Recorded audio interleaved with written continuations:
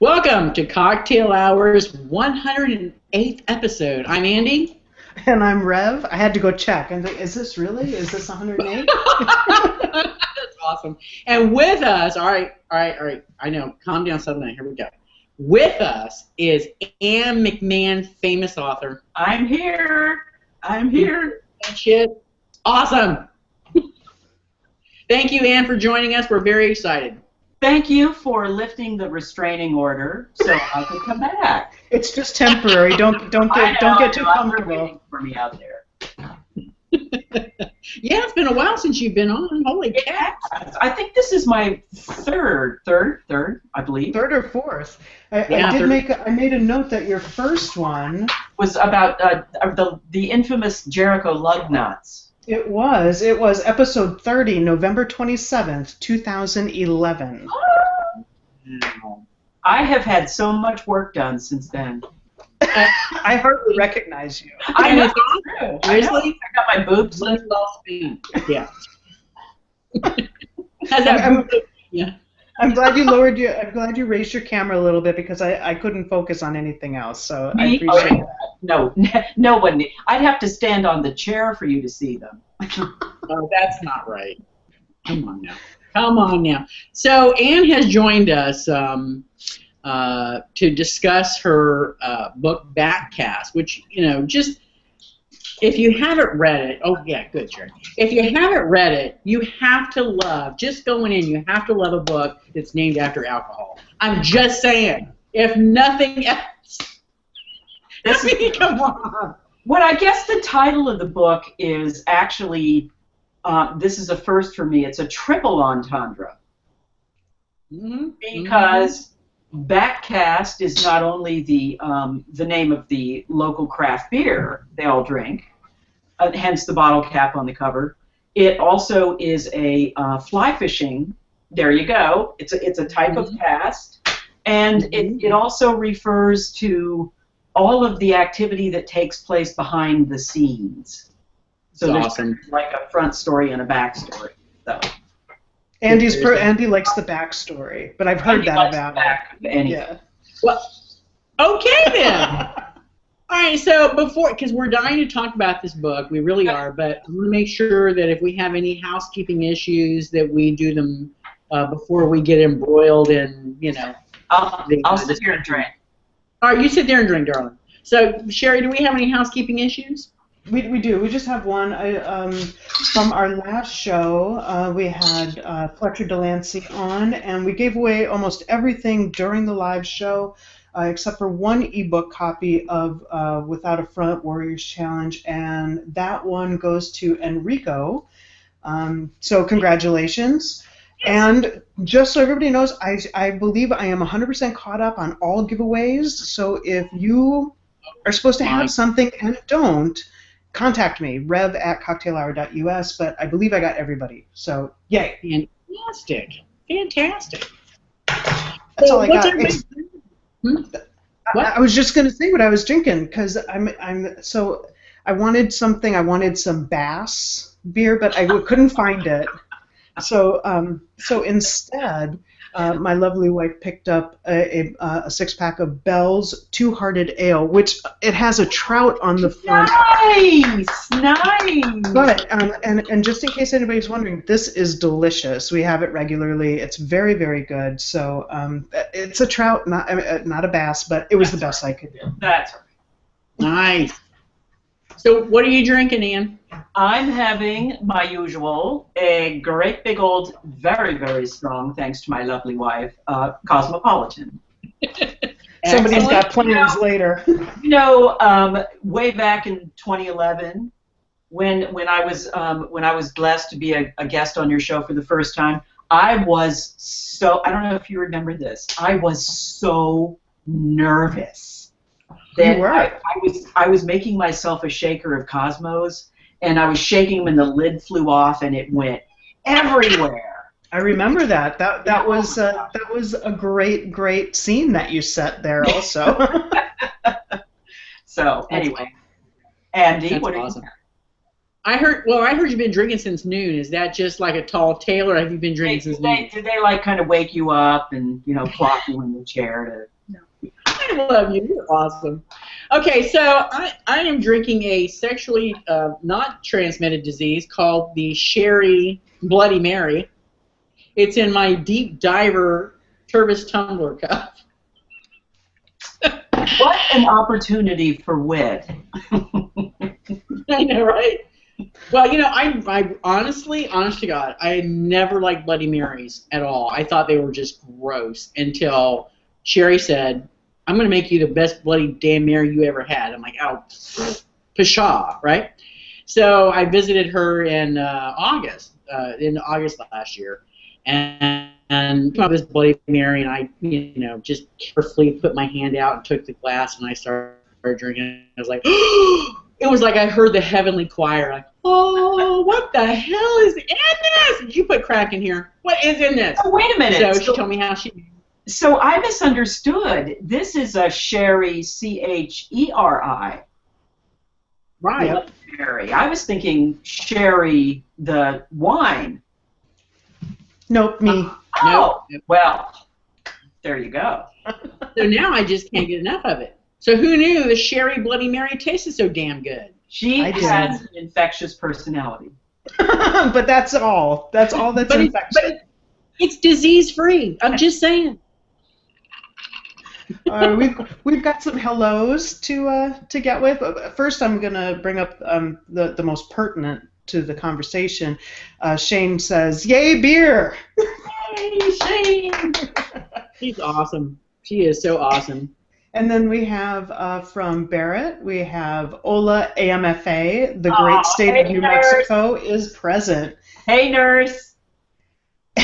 And then a mildly inappropriate message from our dear friend Lynn Ames. AMFA, what are you wearing? What am I?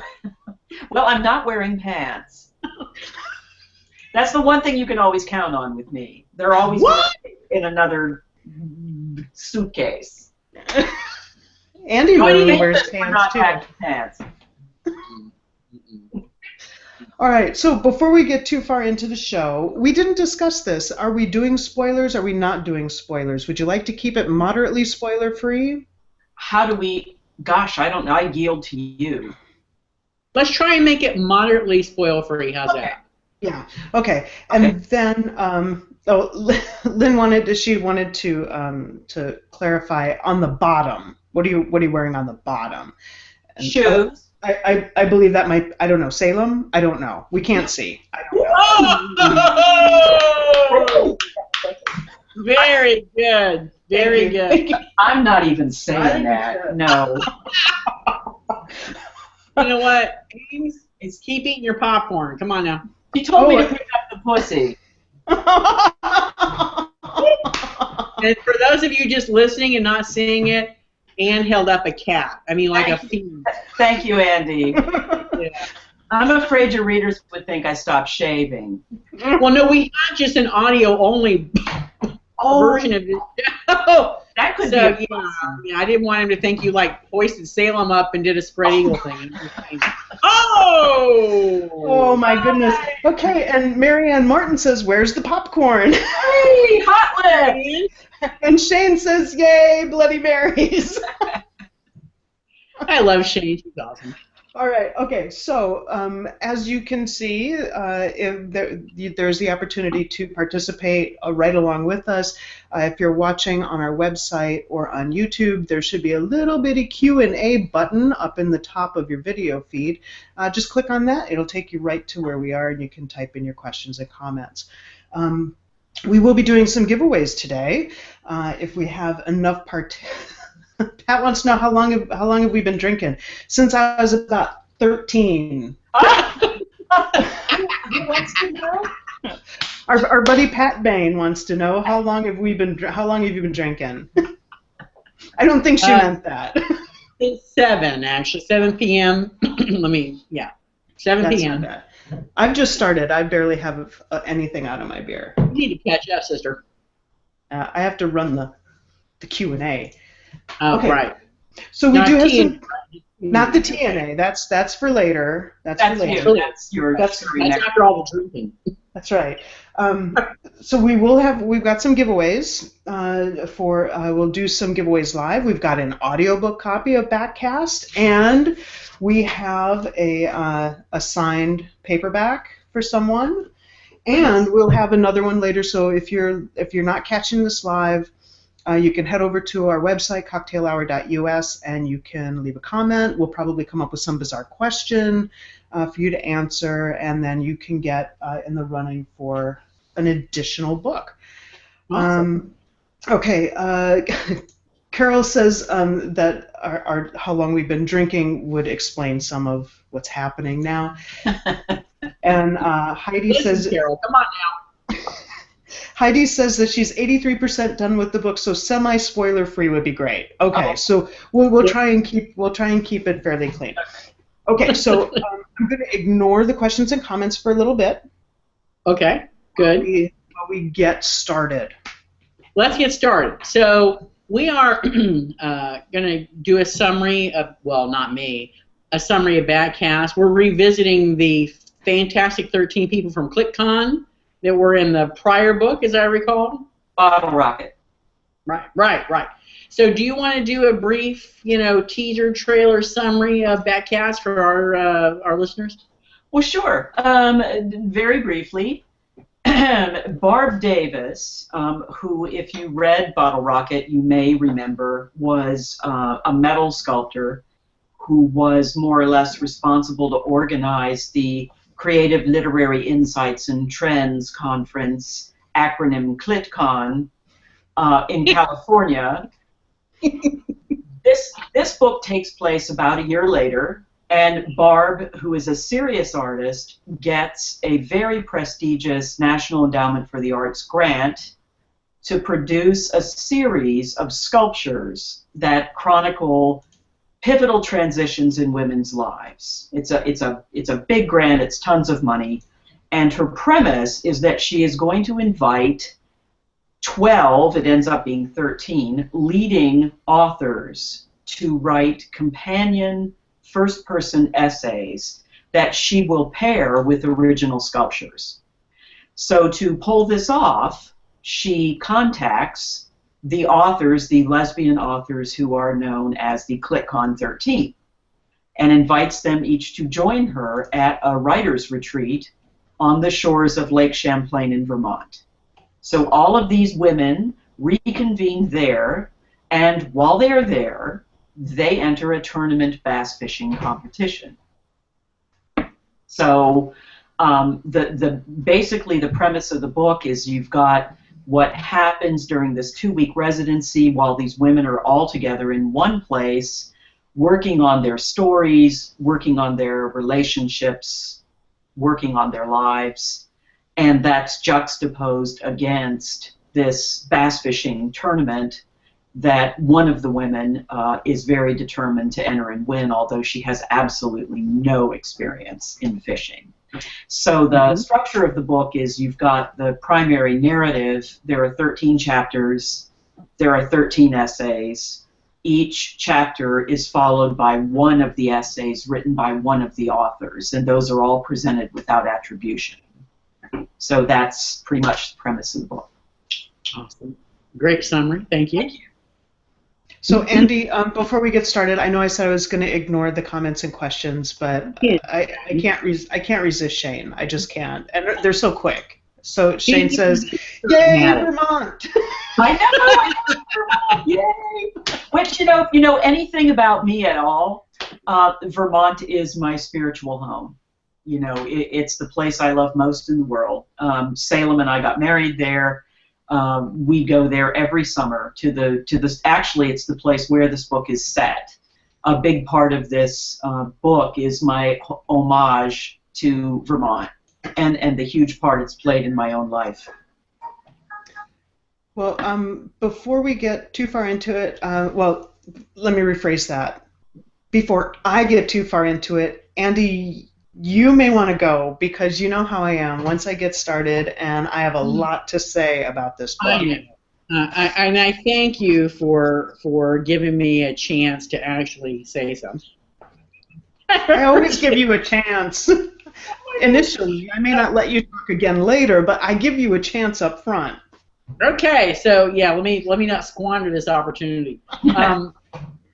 I got to say, I had very high hopes for this book, and it wasn't a disappointment. But I found that it was interesting in how you structured it. You mentioned, that there was two different stories, but well, the essay part and then the fishing part. But it was almost like, and I know this is really really shitty, but it's the only thing that came to mind. It's like a clash between Pride and Prejudice and the Flintstones. I'm just saying. Hey, can I quote you? I'd put that on the cover. It's like the essays were so poignant and so heartfelt and so heartbreaking in some cases, and it made you, long after you read them, you were like, wow, because they impacted you. You know what I mean? You kept thinking about them. And in some cases, for me anyway, some of them were a little freaking depressing, honestly.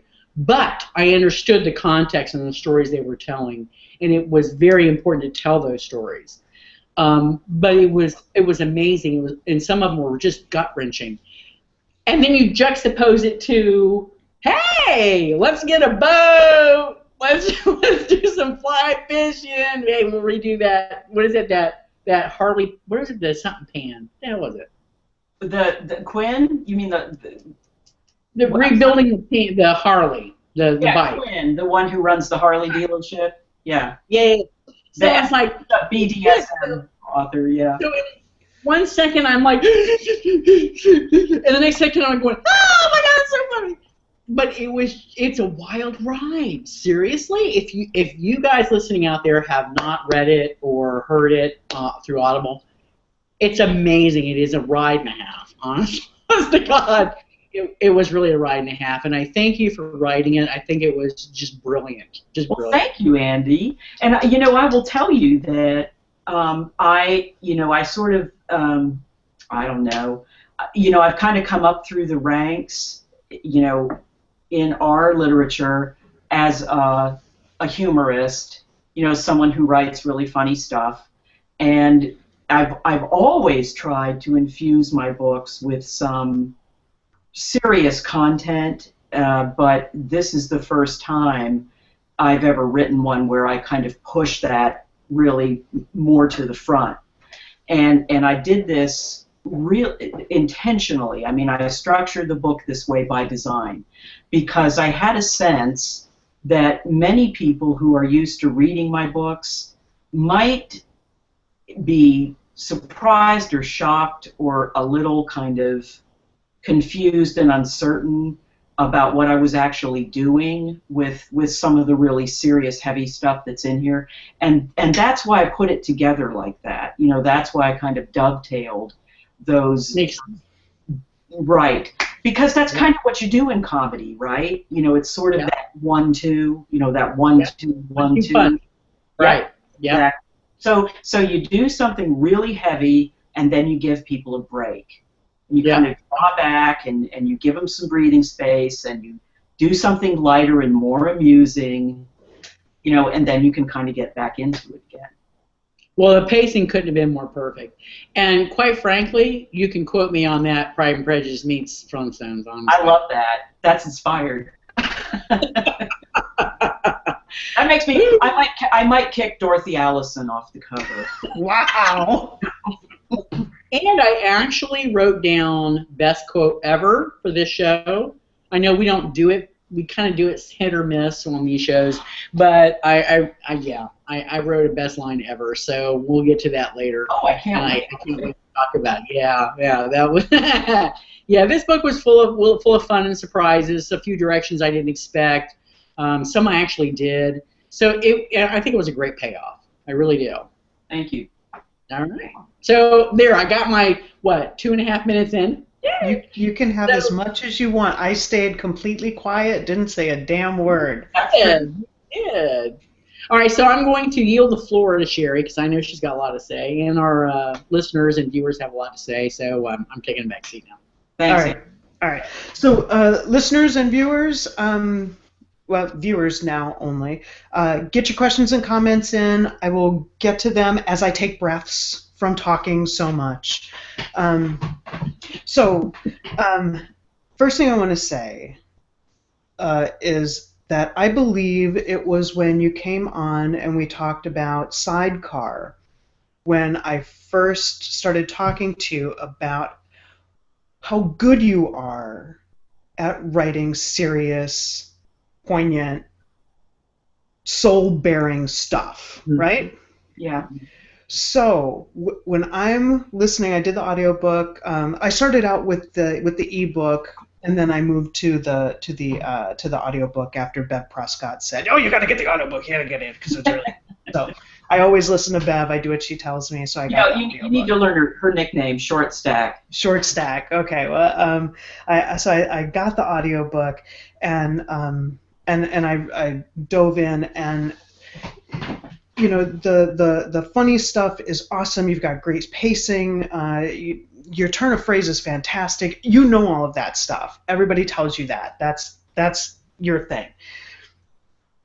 But your thing really, for me, is how you get right into those characters' heads, into their hearts, into their souls. You know, some of those essays, I tried as I was listening, sitting in the dark on the couch by myself, listening to some of these essays last night, and I tried to visualize you sitting down and writing them, and how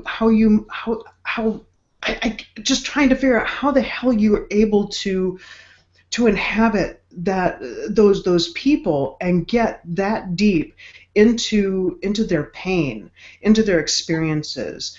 And it just, I was incredibly touched by many of them. And I haven't, okay, so we've talked about this before the show, but on the audiobook, it doesn't currently, and it may in the future be fixed, but it doesn't currently have the appendix in the audiobook. So I didn't know.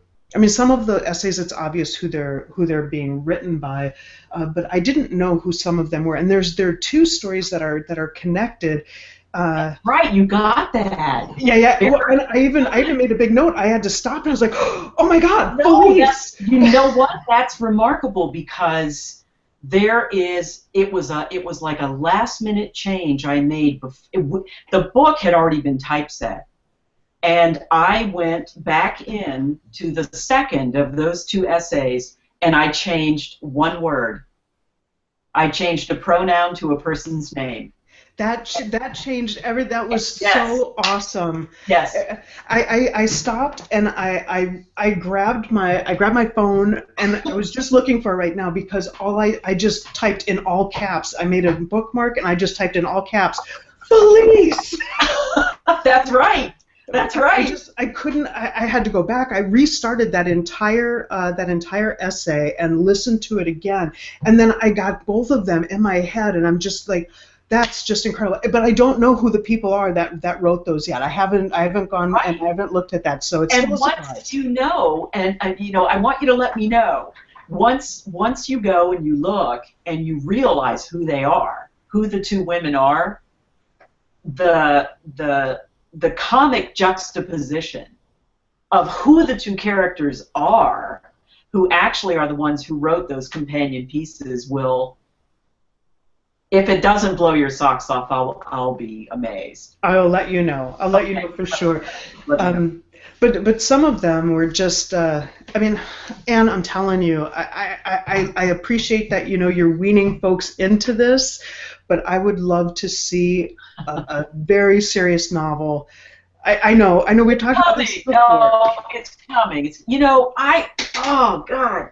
When I was writing this book took me, oh my God, 2.5 years, 3 years.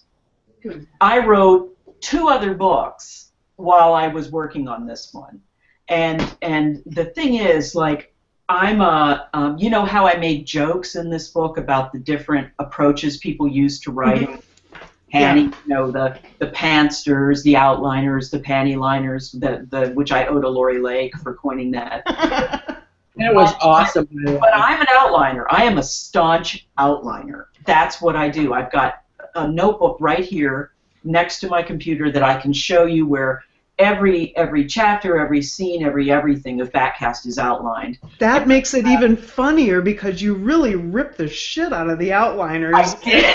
That's me. I'm writing about myself. You know how by the end of the 2 weeks, they've only just decided what color marker to use to make. And one of them's got a stack of like 5 or 6 notebooks next to it. And then the pantsters were done on the second day. I was listening to this. I was listening to this. I'm like, oh, Quinn's already done it. It's like, I don't know it would have taken me that long. Right.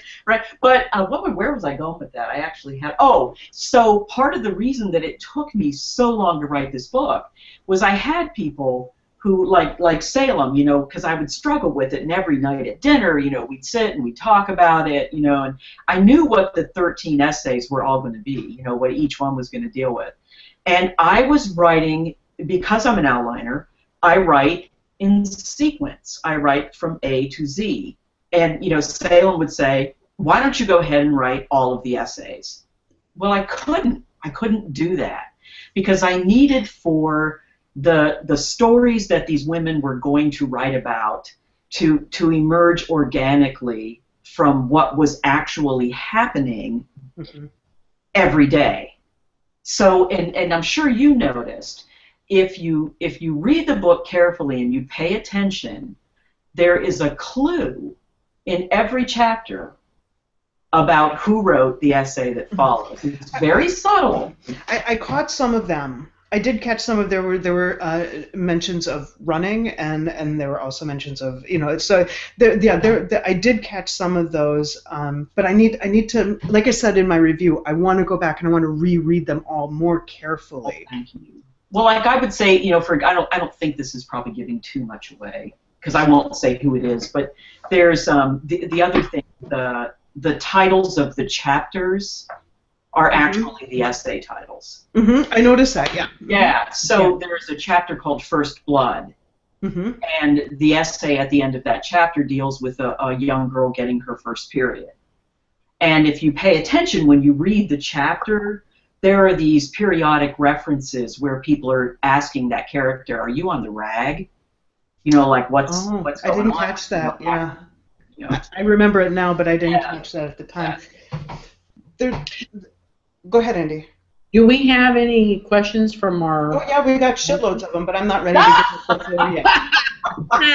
So, well, maybe we can intersperse them. Just saying. We will. Okay. Oh, okay. There are other things I want to share with you about writing it, too, so... Okay, good. And there's other things I want to talk about regarding the essays and things, too. Good. Okay. Lynn Ames says, this is truly a transcendent, brilliant book. I agree wholeheartedly.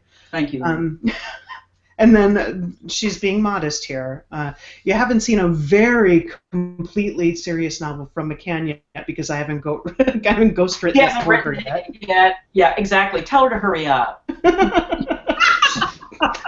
You need to hurry up. I'm waiting on those pages. It's because I haven't finished Final Cut. They're going to cross. Very nice. All right, Cheryl Hansen. Okay. So I've read all of your books. Backcast was probably the best book I read last year. I read many good ones, and Backcast stands out. I urge everyone to recommend this book to their straight friends. Thank you. And I have to agree. I was thinking about that because one of the things that I noticed is there are any mentions of sex scenes, they're all fade to black. Yep. And I appreciated that because it didn't feel to me that that those scenes would have been appropriate, you know, to take them further.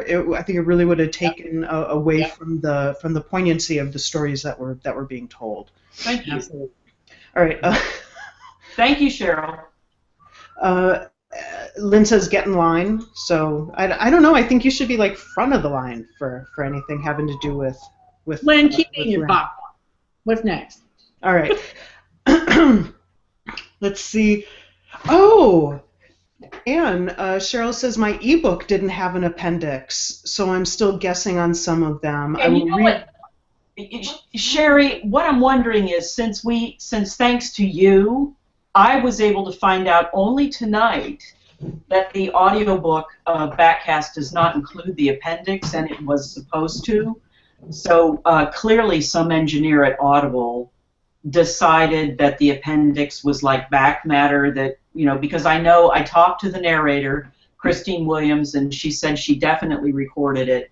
So until we can get that rectified, anybody who's listening who bought the audiobook, just send me an email.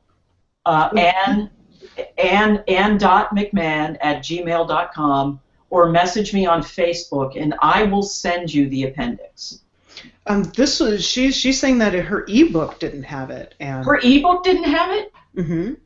No, it should be there. Here's. Can you see this? No. Nope. This is the ebook. This is the ebook version, and it's there. So where did she get her ebook? Okay. Well, I don't know, Cheryl. Wherever you got your ebook, I don't know. Contact Ann. Let me know. Ann.McMan. Let me know. Ann.McMan@gmail.com or Ann McMan on Facebook. All right. What is Sam doing Cyrano de Bergerac back there? What the hell is she doing? Uh-oh. Carol's didn't have the ebook. Carol, where did you get your ebook? Okay, so we'll find out. Where are they getting their? Are they not Mobies? Maybe. I mean, that's crazy. Yeah, that is. Okay, so Cheryl also said the jerry-rigged bass book made me laugh out loud. The boat? Oh, the boat. The boat. Must be. Yeah, the boat with that the boat size refrigerator and lazy boy recliner. Mm-hmm. And then we have one comment left, and then I can get back to it, right? Okay. I have your permission, Andy? Okay. All right. So Elizabeth says, Backcast is so well written with memorable characters in an ideal setting and essays that I had to reread once I finished the book. Oh, thank you. All right. So, folks, you can keep on sending in your questions and comments, and we'll do another cleanup. Okay. And then I also have some questions that were emailed to me from one of our viewers, Anne, another Anne who we like a lot. But I'll get to those next at the next break.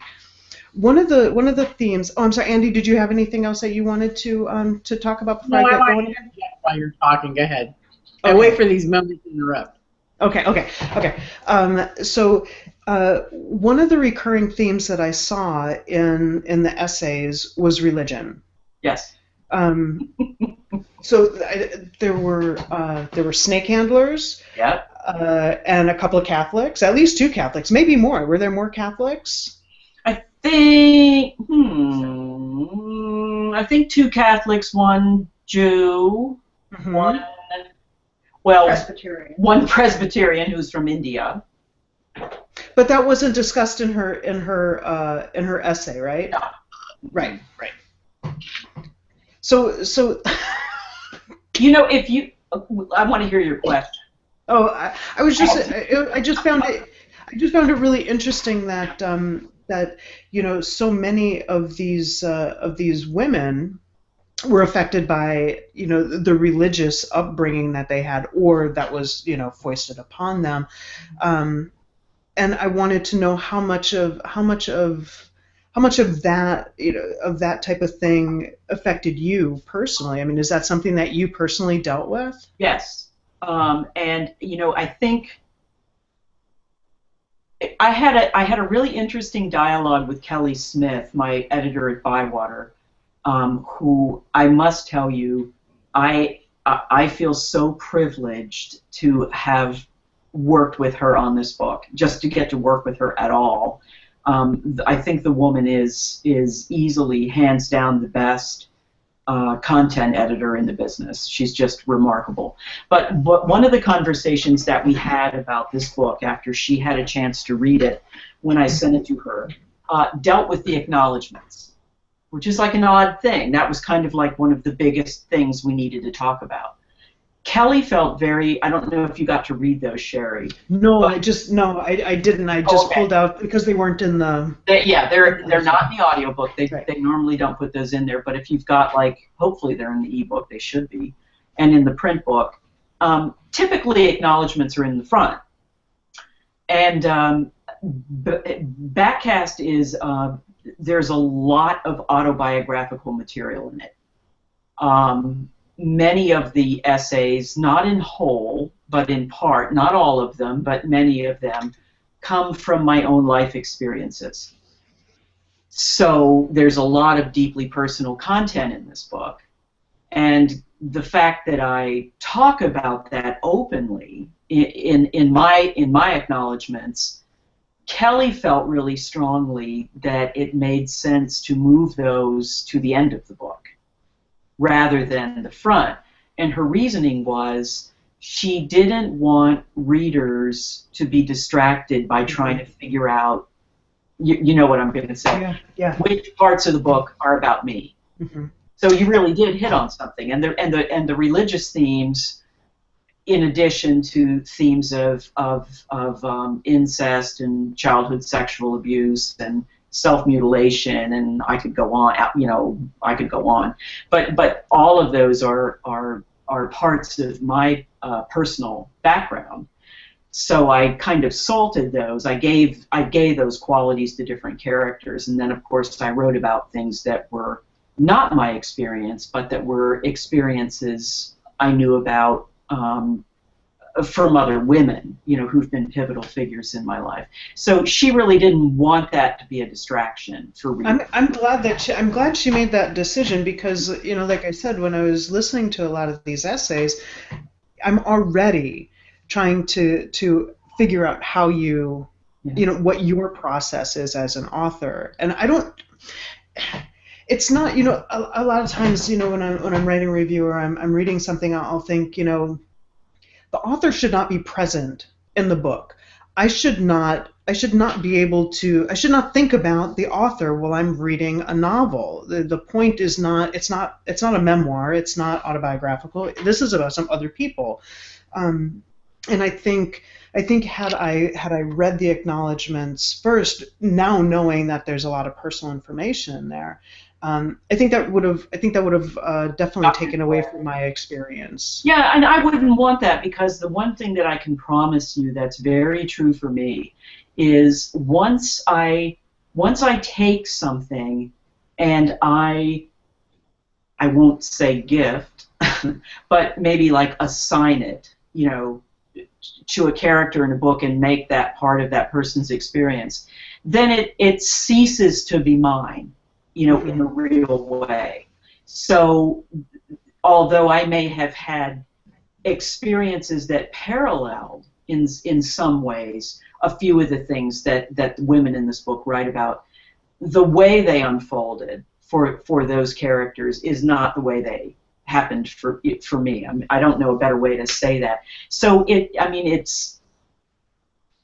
I was very motivated to want to write about real things and real experiences that the women we see and interact with every single day, are living with and overcoming and dealing with or have dealt with, but that are so subterranean that you just don't really know about it, And I think what made this sort of a milestone effort for me was the fact that I wanted to take the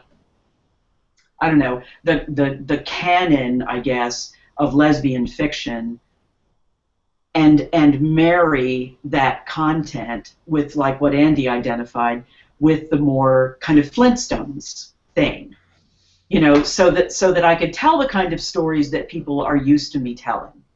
Yeah, it's yeah. Go ahead. And really, if you think about it, the essays in this book, weave in and out of the rest of the narrative, and my parallel for that is this ageless, iconic 200-year-old bass who swims beneath the surface of that lake. And sometimes people see her and sometimes they don't. But she's always there. Have you ever thought about what it would be like to actually sit down and have a conversation with Phoebe? Well, I kind of did. If you think about it, the two one of the things that I like the best, if I'm allowed to like something about my own book and not Stop. not Yeah. well, I mean, my favorite parts of the book are the conversations between Quinn and Phoebe. And I had. Go ahead. No, I'm thinking back about it, and they were really revealing. Seriously. Yeah, they were. Mm-hmm. And I've had people ask me, like Kelly asked me, who do you, the author, who do you most identify with in this book? Well, it's Quinn.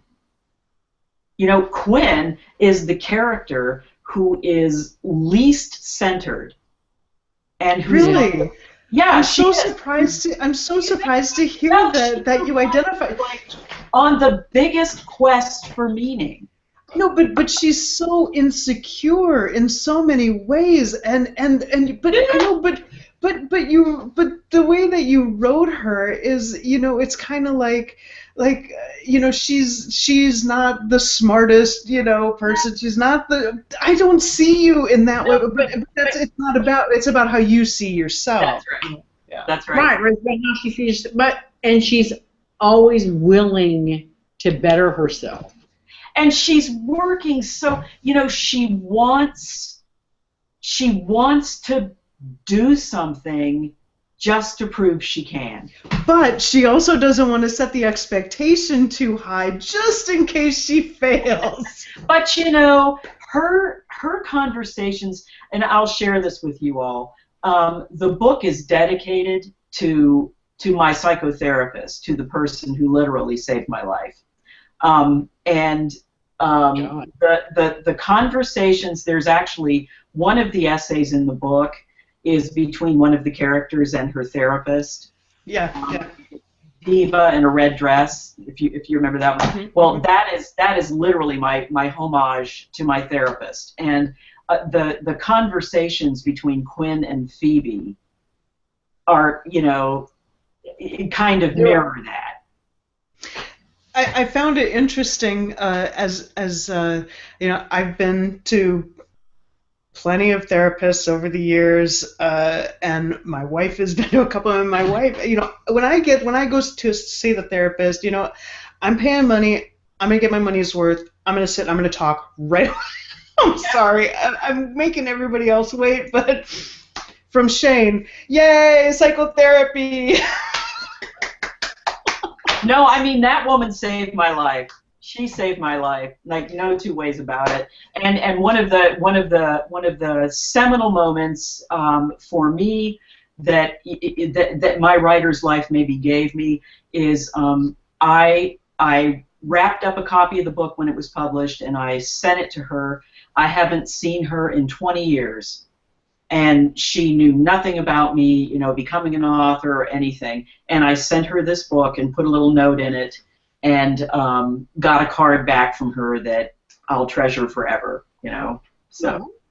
Awesome. But it amazes me, and I laughed at this when I was listening to this part right as I was getting ready to stop the car to pick up my kid, and I had to laugh because you're like, I'm just going to fucking sit here and wait her out. And I'm just like, that's ridiculous. Why would you?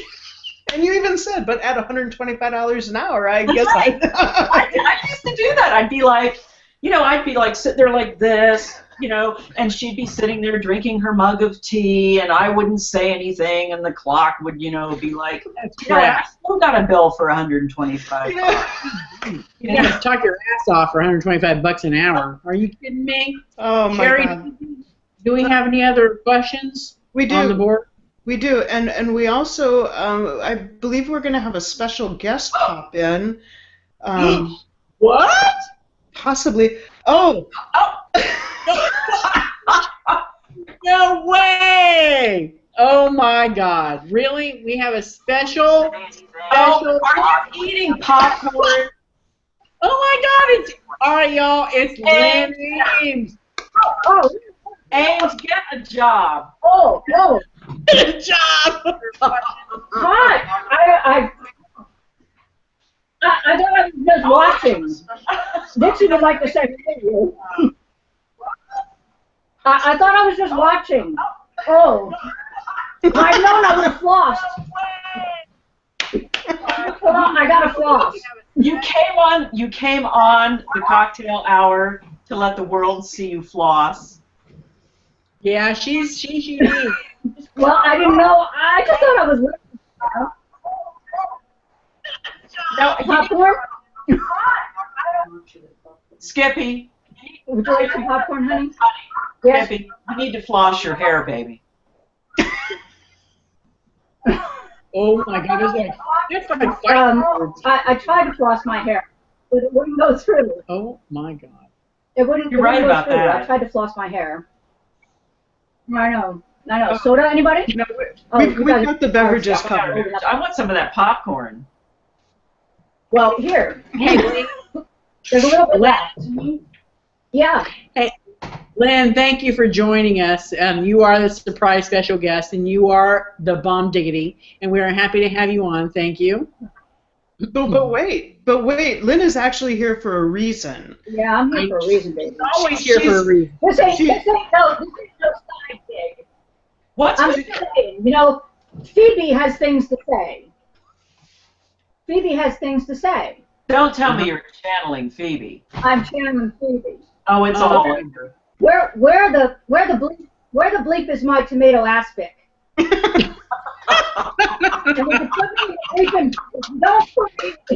If you don't put me in the bleeping cooler right the hell now. What? I'm pruning out here. I'm pruning. Oh my God, you're making me prune, sister. You're making me prune. So, listeners, we have Lynn Ames here. Yay! Yay! Right? I mean, come on. This is like the best show ever. Just saying. So if you have any questions for Phoebe, if you've read the book and you're familiar with Phoebe, Bring it on. Yep, bring it on. So while we're waiting to get some questions for Phoebe, I need to catch up on the other stuff. So Absolutely. Go for it. okay, so Carol says, just as an FYI, I feel like I should apologize because I got the book from Amazon, cringe, but she just re-downloaded it and the appendix is there now. So if there was a problem, it sounds like it's been fixed. Good. Awesome. So Cheryl, you may want to, if that works for you. Was it Cheryl or Carol that made that comment? Carol made the comment, but Cheryl and Carol both had the issue. Thank you both. All right. Here. I'm just saying there's too many C's. Hey, as a C, Exactly. I just want to say, Did you say too many scenes? C's. No. Oh, C's. Too many C's. Oh, Right. Not too many things, man. Not too many things. Get the wax out. If you need a Q-tip, I'll get you one. A Q-tip? Oh, for my ears? Yeah. Thanks, Skippy. Uh-huh. All right. Phoebe, honey. That was Phoebe. Thanks, Phoebes. Yeah. Anytime, babe. All right. So Okay, all right. So we've got a comment from Amy. Hello, Amy. I'm glad you all are being spoiler free. I have not read this book yet, but another one I now have to add to my to read list. Amy, I Absolutely. definitely think that you should read this one. Absolutely. Bump it up. If there's Yep. one book this year, make it Backcast. Yeah, it's definitely worth it. It's got everything, and it's very good.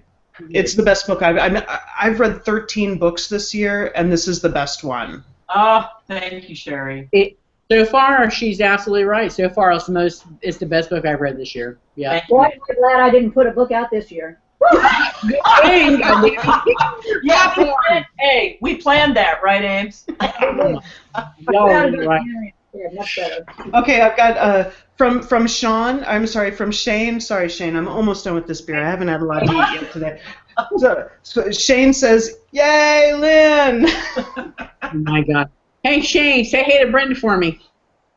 Yay, Brenda! Yeah, tequila.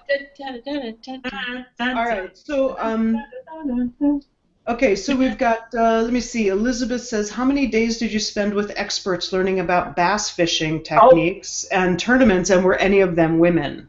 Well, let me just tell you, she didn't learn a goddamn thing. Hey! Thank you, Phoebe. Hey! It's Phoebe. Phoebe, clean it up. This is a PG audience. Oh, fuck that. No, it's not, Ann. No, it's not. Said the word fucker. She did. Wait. I will share with you. I will share with you in case any of my friends at the IRS are tuning in.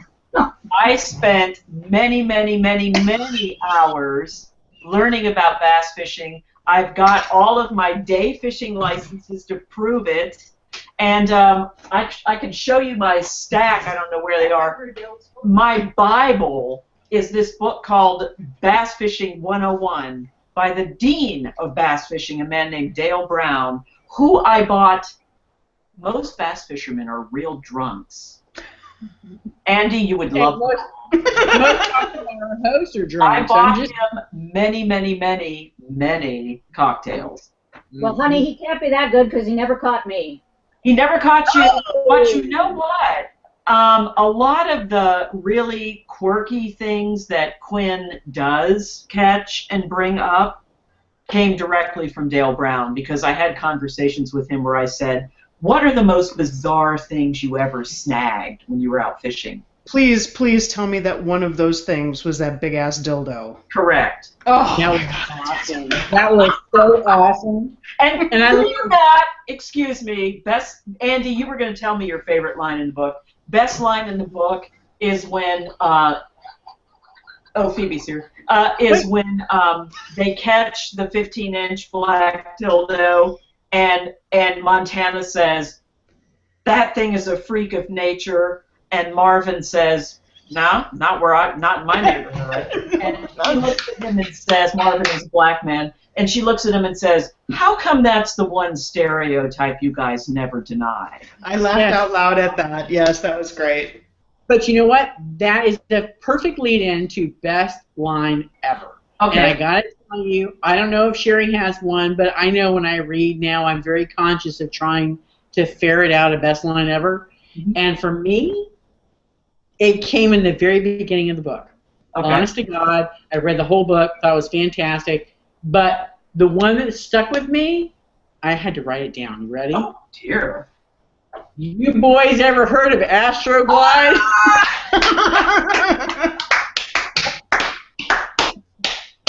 I just was damn. Yeah, that's a goodie. You want to know what Kelly Smith's favorite one was? My editor. The scene where it's toward the end of the book, it's the final day of the tournament. They're out on the boat and they've hooked something huge. And Marvin goes over and like pulls his service revolver out, and Quinn says, you can put that away, you know, she's not pulling anymore. And Marvin looks over at the water and says, I don't trust her. Bitches like that never get enough. That was good. That was good. There was some good lines in this book. There definitely was some really good lines in this book. I didn't have a favorite line, but I put I really liked the Paige's little speech about pornography. That was the only other thing that I made a note of. Wow, thank you. That was a soapbox moment for the author. It was, but it was good. It really made you think, you know? I loved it. I thought it was fantastic. Wow, thank you. Thank you. I rarely do that, but I sort of let myself, you know. So was Paige like your part of your you know, the reality is Paige Archer is a real, not the name, but she is the real innkeeper at the place where I have stayed every summer for 20 years. So I think I captured her pretty well there. She was pretty awesome. Oh, and I almost contacted you before the show to find out what the exact components were for the Moby Dick, because I was gonna try and make that, because from what I heard, I had the ingredients except for cranberry juice. But so you know, if you get around to it, maybe yeah, you can post it. I'll send it to you. Perfect. You can put it up on it. Yeah, because I actually contacted the bartender at the Real Inn where this book is set. It's a place called Shore Acres, and it's in North Hero, Vermont, and it's absolutely amazing. And I asked him to create a cocktail for me called a Moby Dick. And I just want the color. I just yeah, the drink. color. Well, what he did was he made, it's basically a modified Cosmopolitan, but he used blue curacao. Yeah, I've got some of that. Oh, let me see. Oh, somebody left a We comment. have Okay. pictures now from other drinks that we've made along the way. Yeah. Yeah. So, okay, let me power through these because we are almost out of time. And I know that I said that we were going to give away stuff live, but I'm lying. We're not going to do that because it would take. I'm just saying I'm almost out of popcorn. Well, I think in addition to the copies of Backcast, we should give away a free copy of Final Cut. You know, since I go authoring. If you were to give it away. Ames is like, this ain't my show. I'm not giving away shit. Okay. It's like I'm not even here. Maybe he wrote a book. Writing it. He wrote a book. Yeah, that's true. All right, so let me go through these. All right, hold up. Gary, what you got? All right, Shane wants to know, Anne, were any of your bass fishing resources named Robin Babb? No, but I know about her. All right, then. Also, yay, Brenda. Yeah. Yay, Brenda. Pat says, Anne, thanks for the new Diz and Clarissa book. Oh, What? Yay, thank you. I'm glad you liked it. What? I wrote a new Diz and Clarissa story this year at Christmas. Oh, I'm woefully out of touch. Have you not read 3? Sherry! I know. Let me see. The last book I read of yours, and I'm sorry to say, I don't think I've read anything since Sidecar. Oh, I'll send you everything. Okay. All right. You can just send me ebooks. That's fine. I like ebooks, and that's awesome. If you want to sign them, yeah. I mean, somebody did promise when we had you and your wife and Barrett on that they were going to send me a copy of, Nurse McGee. Have I not sent you that? Oh my God. I'm just, It considered done. Okay, excellent. Done. Okay. Okay, so I will get caught up. All right. I will get caught up on your books. Okay, this one is for Phoebe. Oh.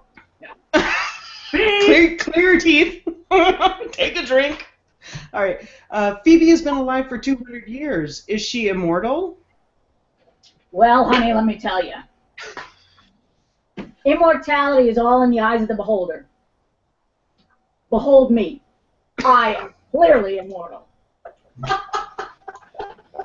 Is the secret to your immortality tomato aspect? The hair. No, it's great hair. Great hair. Oh, I thought you said gray hair. I'm like, what? No, you're. It's great hair. It's that bulletproof hair. I'm just saying. Uh-huh. I bet I could get my fingers through there. I bet I could. Stop fantasizing on my time, honey. You're wasting my time. Sorry, I can't help it. All right. Okay. All right. Oh, I already did Yay Vermont. Yay Vermont. And then Heidi. Oh, Heidi, yay. I'm glad that you were able to make it. And if you already made a comment, I'm sorry. I've had beer. Let's see. Heidi says, agree, read 10 books this year so far, and even though I haven't finished it's tops. Oh, thank you. Agreed. So, okay, just really quick, we've got 2 minutes left. There are no more questions and comments. Oh, damn it! I forgot about Anne's questions. Okay, these have to... questions. I don't want to hear shit later. Anne wouldn't do that. She's too nice. Not you, Anne. I mean, you're nice too, but this other Anne. So, Anne's questions. She says, since a cover can have an impact on me when I'm deciding to read a particular book, and I love Anne's work designing covers, I have a few questions related to that aspect of her role in lesbian fiction. Oh. Okay, so there are 3 questions. How did you get your start with design, specifically book covers? Okay. Well, I have been, in my non-writer life, I've been a professional graphic designer for 35 years. So I've always done design work, and when I began to write books, it occurred to me that that would be something else I could kind of contribute to the community. So I got my first job designing book covers for Bedazzled, which published a whole bunch of my early books. And from then on, grew to do more work for other authors and other companies. And can I just say thank God? I agree. I agree 100%. That's something that. Famous cover designer. Yeah, that's something that some of my friends and I have been talking about for years. Lesfic is filled with shitty, horrible, terrible, ugly, disgusting covers. And I know that I would never ask you to comment about that. I just have to say, as Shane Curry says, "Yay, Ann McMan!" But I have to tell you, it's kind of a weird sort of paradigm for me because, if I'm arrogant enough to believe that I'll ever have a legacy, it's difficult for me to imagine whether it's going to be as an author or as a cover designer. But I'm really going to be okay with either. I just hope that. Why does it have to be one or the other, darling? Well, I don't know. Yeah, I'm thrilled. I'm thrilled to be able to do both. Well, good. Write a goddamn it's serious definitely fucking book. leaving a legacy, and there's no doubt about it. Thanks, Andy. No doubt.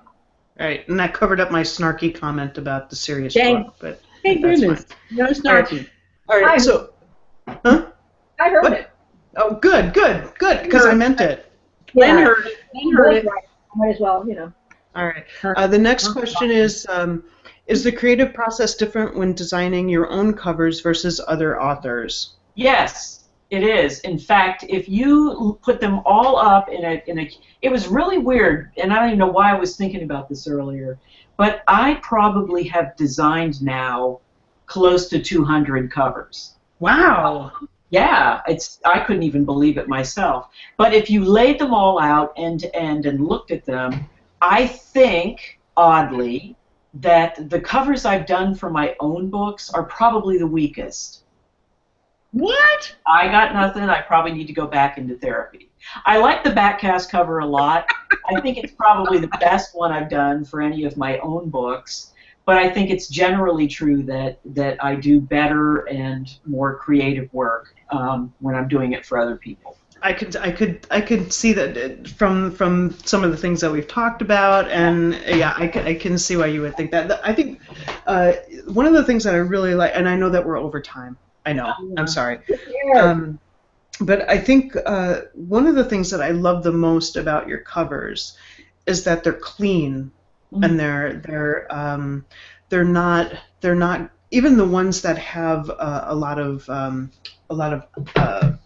things on them. I know that's the technical term, and I'm sorry for everybody for using that, but a lot of things on them.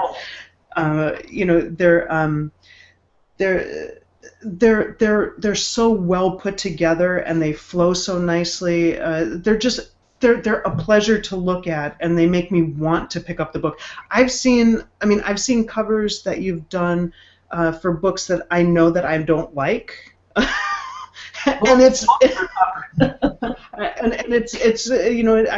I'm tempted to read them just because of how nice. the cover. Well, I can tell you, and I'll be real quick. There is a tremendous parallel between what, in my limited understanding, between what it takes to design a good book cover and what it takes to write a good book. Because in both cases, your job as the creator is to get out of the way. Get out of the way. If you look at a cover and you see the designer, the cover is overdone. It's wrong. If you read a book and all you see is the author, the same thing is true. Mm-hmm. Yeah, we just talked about that. Yeah. Okay. One last thing, and one last question from Anne. What program do you use to create your amazing works of art? Oh, my covers? Mm-hmm. Everything. I use mostly the Adobe suite: Illustrator, Photoshop, and InDesign. All right, so there you go. For all of you, authors who want to do your own work, your own cover work, take a look at Anne's stuff and use that as an example. Okay. Yep. Absolutely. All right, so we've got one last question or one last comment. Did they yay Brenda? No, we already did. She already. Will you please call Andy? No, she already said yay, Brenda. Okay. Okay, and it's from Amy, and good show as always. Thanks, Andy and Sherry and guests. You are very welcome. We had Hey, Amy. I'm pretty sure that that we could go for another hour easy. I know there's still so much more that I wanted to talk about with regard to the book, the relationship between VJJ and Darian, so good.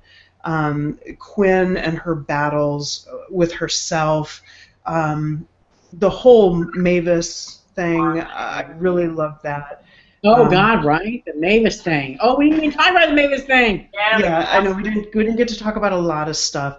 And to be honest with you, for me personally, the Kate and Sean part, meh.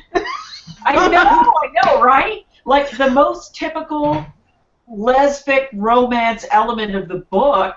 Yeah. Is sort of the yawner. It really was. You know, I wanted to know so much more about, well, actually, as the book got going, I wanted to learn more about Darian. Yeah. And I thought that Vijay was really interesting as a character, and I loved her essay. And again, I'm just assuming I know which one it is, but I'm pretty damn sure I know which one it is because of the stuff that was mentioned earlier in her, I think in her initial conversation in the book with Darian. Sherry, quickly, there is a very subtle Jericho tie-in with I don't know if you picked up on that. Well, no. I feel like I did. Hold on, tell me, and I won't lie. Yeah, no, there is, and actually, when at the end of this year, I'm going to be writing the next book in the Jericho series, and it's not going to be a direct tie-in, but there'll be a little bit more information that clarifies some of what you learned in Backcast. Oh, you're not going to tell me what it is? Well, No. it's too much of a spoiler for other folks. Okay. I'll tell you offline. Okay, good. Okay, so Whisper it in your ear. okay, all right. Tell it offline. Tell it offline. Yeah, she will. Okay. So one other relationship I just want to toss out was Viv and Tawanda.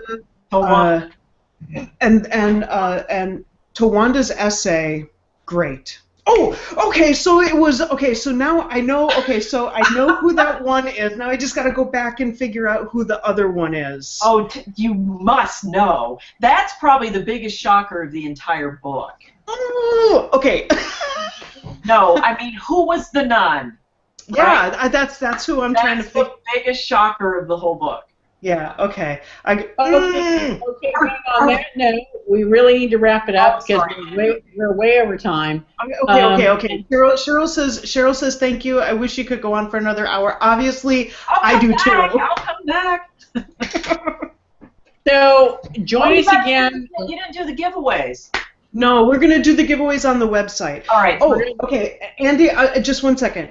Okay, so we've got 2 paperbacks to give away and an audio book. We didn't come up with a question. If you were gonna write an essay about your life, what would it be called? Good. Good. Or just leave a damn comment. Also, if you have a question for Anne or for Phoebe, post it in the comments, and Anne and Phoebe will, I'm sure, take the time to respond to you and carry on this conversation. I wish we had more time, but we just don't. Absolutely. Well, he's not a popcorn. I'm just saying. I have questions. And you are the all right, so those listening, we are going to rejoin Cocktail Hour and have a new show on March 5th, and it's going to be Sherry and Colette and myself, and we're going to be talking about Ashley Bell, which is a story by Dean Koontz, if I recall. That's right. It's Dean Koontz's new one. Mm-hmm. Yes. Oh, so no, Dean Koontz will not be joining us. Let me make that perfectly clear. He is not joining us. But that's what we're going to talk about. Mm-hmm. We didn't ask. I mean, he may have heard of us. I mean, we got Ann McMan, famous author, on here. I mean, True. Somehow I don't think being It could happen. agent would say okay. What? All right, What'd you so- say? I said I could channel him too if you want me to. we may have you do that. Okay. So everybody, for the giveaway for this giveaway, for the one of two paperbacks or an audiobook, all of your comments need to be posted no later than March 4th to be eligible to win. We will pull the winners on the 5th. So if you're after that, I'm sorry, I can't help you. Right, exactly. So get your shit out on time. I'm just saying. Damn it. So, Anne, as always, thank you very much for coming on. You are a fantastically talented author, and keep writing those books, and keep coming back on the show. And yeah, you're just the bomb diggity. So there you go. And Ames, oh my God, you are crazy as hell. And thank you for making a guest appearance. And we will see you both. Well, I will see you both at GCLS in July. Yes, you will. Fantastic. Right, Phoebes? You'll be there. Hell yeah. You're shipping your hair ahead. Just make sure that I expect to have a drink with both of you Yep. at the conference. Yep. All right, good. Thank you, everyone, for joining us. Tell your friends, tell your coworkers, whatever. You know, come on, let's support our local authors, and get Anne's book if you haven't bought it already. You will not be disappointed. You won't be. And if you're disappointed, there's something fucking wrong with you. Okay, bye, everybody.